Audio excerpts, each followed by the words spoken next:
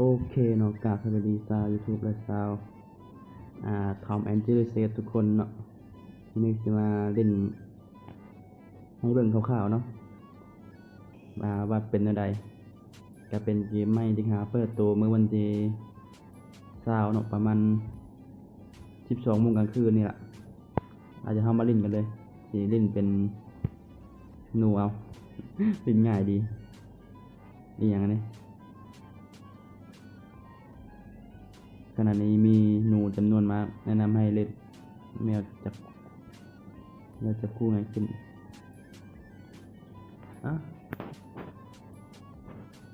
เราเบิ่งน้องแมวนี่ สิชนะหรือบ่ตาน่าจะเล่นหนู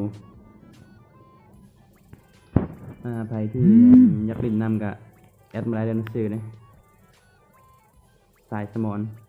ตามนี่เลย ขามันก็ตลกสกิล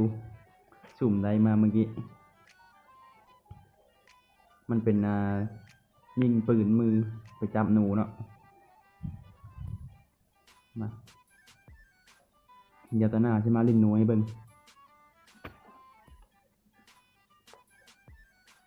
โอเคพร้อมแล้วเริ่มนะแม่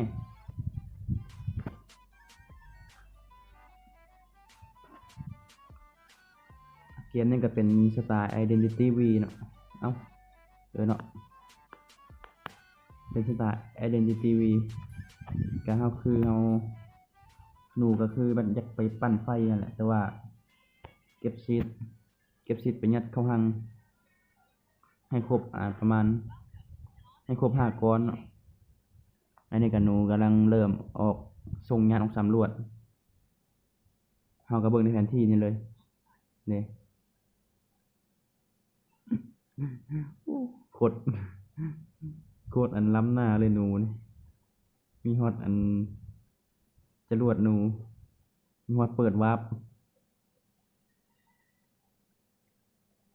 ตอนนี้มันก็เก็บ EXP ไปแล้วซีก็อยู่ห้องลุ่มวะแล้วก็ลานบ้านโอเคมาแล้วโอ้ยปิง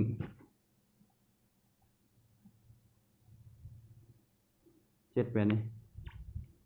นั่นคือปิงใช่ปะเดี๋ยวใส่ไฟก่อนเศร้าปิงดู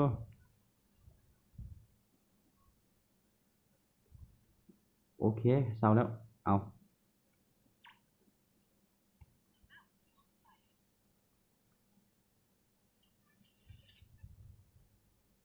กำจัดหนู3 ตัวเอาเหยียบ เหยียบเองโอ้ตายแล้ว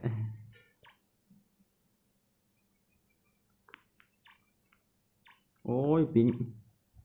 เอามาปิงตอนนี้วะ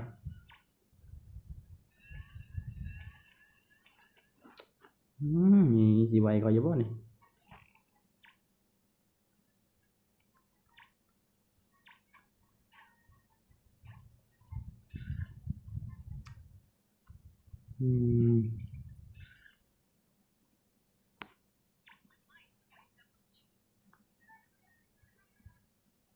เอา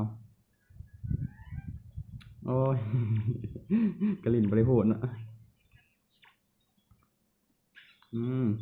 แล้วมันหนึ่งแล้วโอ้ยผิดพลาดนิดนึงไปตามไปโอเคเอาโอ้ยเน็ตเขาไปฮอตเซเบิร์แล้ววะเดี๋ยวเห็นแล้วมาเอาเว้ยนี่แหละลิ้นแมวมันทิ้งยักษ์เนี่ย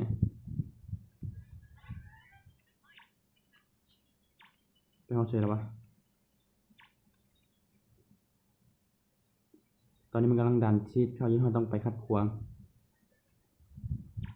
หน้าเสียเบิ่งโอ้ เบิ่งในการไปละลงบ่ทันแล้ว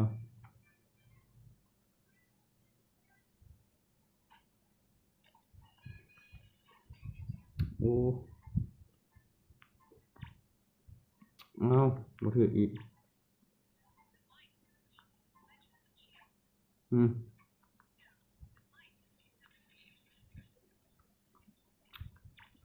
อ่ะฮอนกินอาหารก่อนเอาละเฮ้ย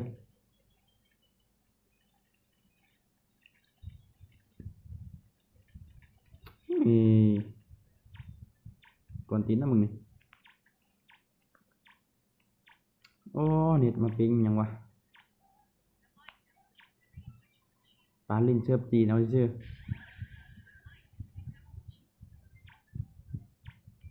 โอ้ยเสียแน่นอนตาเนี่ยบ่ไหว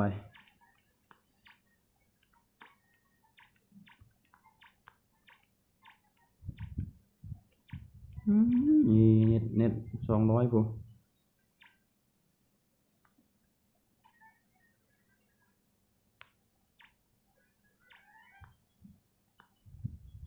จับยาก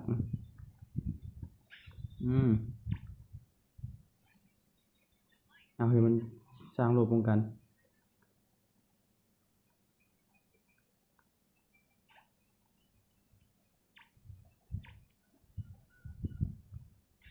โอเคครับ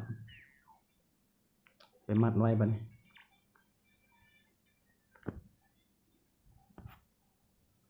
มึงตาย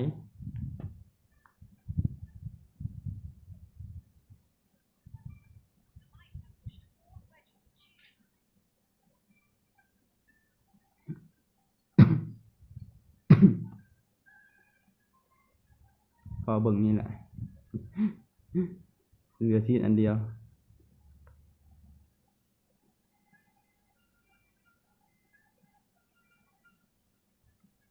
โอ้มันสิดิ้นรุดบ่นี่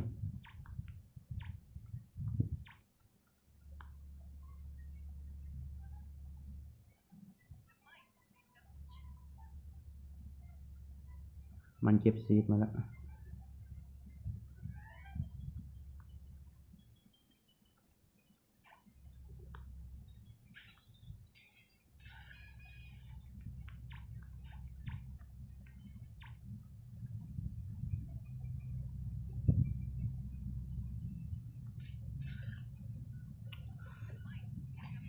เอาเลยเฮ้ยเอาแล้วเฮ้ยถึกใจเนี่ย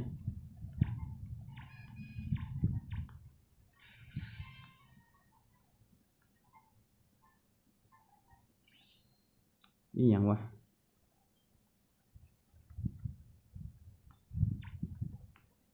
มันก็จูเก่งจังวะมันตายแต่แก้วแตก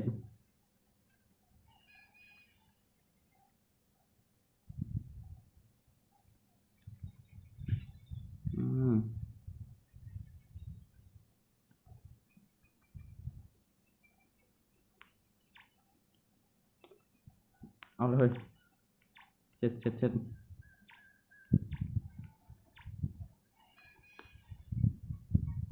เอาเลย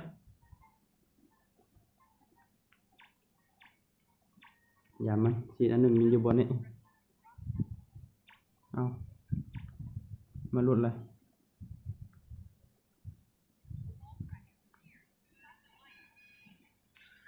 เอามันดันเข้าครบเลย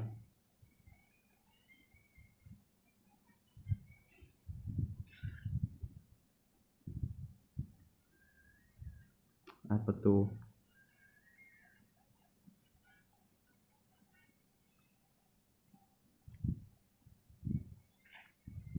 เอาขังเจ้าของเอา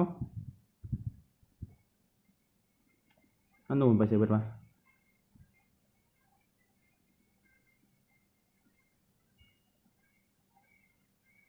เอาหนูเสียวะ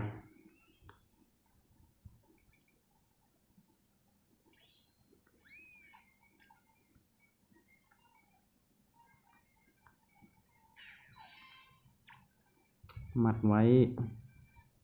เกี่ยมขึ้นแล้วมึงเด้อมันบุกามาเว้ยหรือว่ามีประตูบนอื่น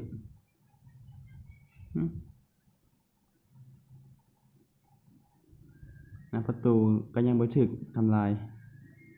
มาละมาละมาแล้ว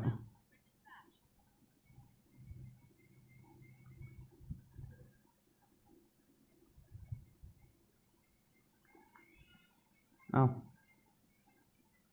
มันหลุดแล้วบ่วะ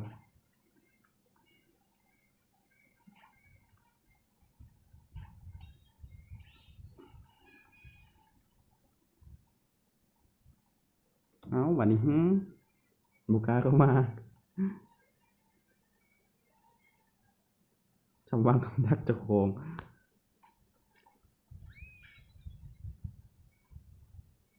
มาอีกมาอีก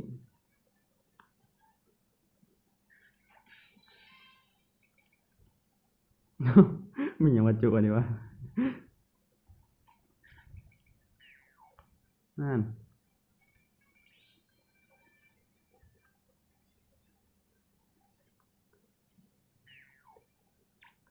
สวย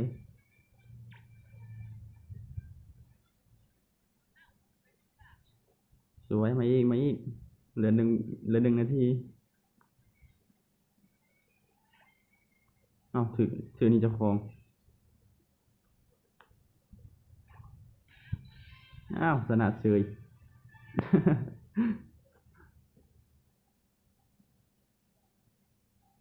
หนูโง่เว้ยมารีบเป็นหนูมาเนี่ย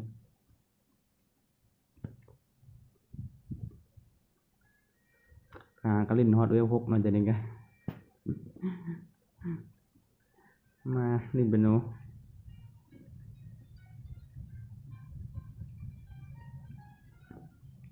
นี่เนาะชื่อกะใครที่ต้องการเล่นน้ำกะแอดมาตามชื่อนี้เลยชื่อเกมว่า Tom and Jerry Chase เนาะก็เปิดตัวมาชื่อนี้